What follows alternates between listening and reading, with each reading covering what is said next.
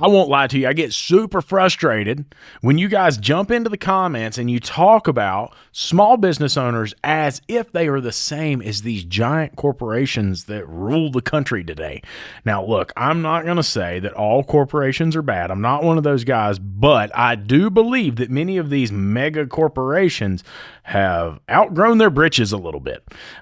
They do not care for their clients and they don't care for their staff, and it turns out that many of them, all they care about is their bottom line, and that is their right. I'm not saying they shouldn't care about their bottom line, but I do believe that they forgot about what creates the bottom line: human beings. You know, Michael Smith works for the Institute for Automotive Business Excellence. We talk about him all the time, and Michael talks about the fact that venture capital and private equity have recently found out that human-centric businesses are much more successful and much more durable than those businesses which are solely focused on a KPI or profit.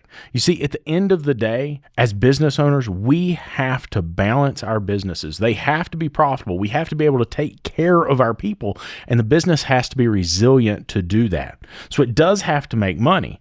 But many of you come in here and act like small businesses are just stacking cash away front, left, right, and center, and they're not.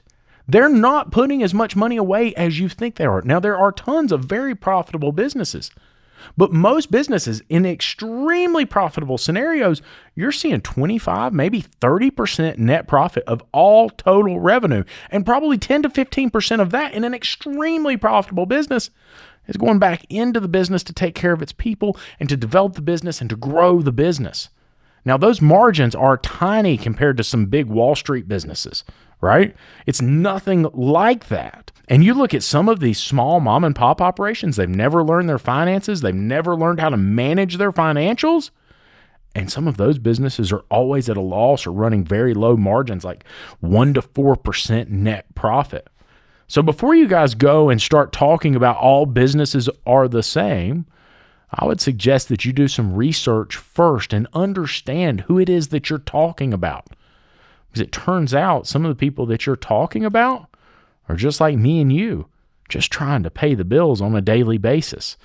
And it's a struggle for them as well. So let's honor those who are putting in the hard work and trying to make this work for everyone. And look, if you want to blame somebody for the condition this country's in, the condition that the workforce is in, maybe it's time to look at some of these mega corporations with CEOs that make hundreds of millions of dollars. Look, I'm not blaming anybody, and I don't know what the cause for our current conundrum is, but I know there's not enough blue-collar workers, and I know that many of you are disgusted with the way the workforce operates today. And if we want to change that, if we want to improve that, if we want the workforce to be a better place to be, then we have to do something different. And I'm going to give you one tool that will make it better: communication. If you communicate with your employer and if you share your frustrations, one of two things is going to happen. It'll either get better or it'll get worse. Maybe they terminate you. Maybe they tell you to move on. But if there are genuine problems and you've communicated these issues with that facility, is that somewhere that you want to stay? Maybe it's time that the American workforce takes this into their own hands and they start with communication by working with one another to make sure we're talking about the issues and working to solve them instead of placing blame, because blame does nothing. We have to take action.